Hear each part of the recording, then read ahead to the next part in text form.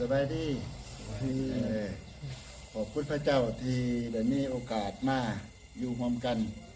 ยินดีต้อนรับอาจารย์ที่มาจากคริสตจักรของเกาหลีที่ได้มีโอกาสมาพบพ่อกันเมื่อนี้เราก็ได้มีพ่วงเข้าใจกันมีการร่วมมือกัน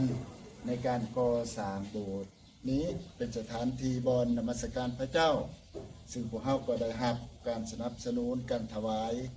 จากพี่น้องคริสตจักรเกาหลีโดยผ่านทางอาจารย์ผู้นี้มาหาเฮาและพวกเฮาก็มีความรู้สึกดีใจขอบคุณพระเจ้าและก็ให้คำสัญญาว่า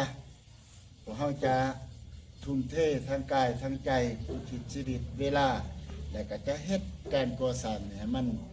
สำเร็จให้เป็นการนมัสการพระเจ้าได้ถวายเกียรติพระเจ้าได้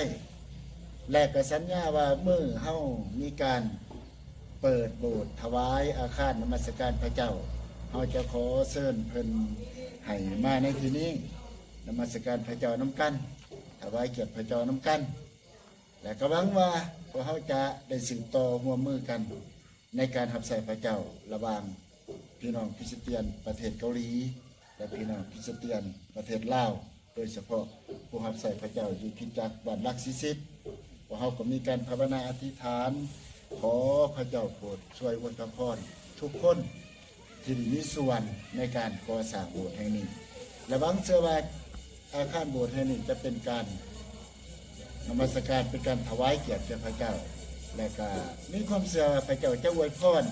แก่พี่น้องทุกคนที่มีส่วนในการถวายในอาคารโบสถ์หลังนี้ขอพระเจ้าอวยพรของเราพร้อมกันขอพระเจ้าอวยพร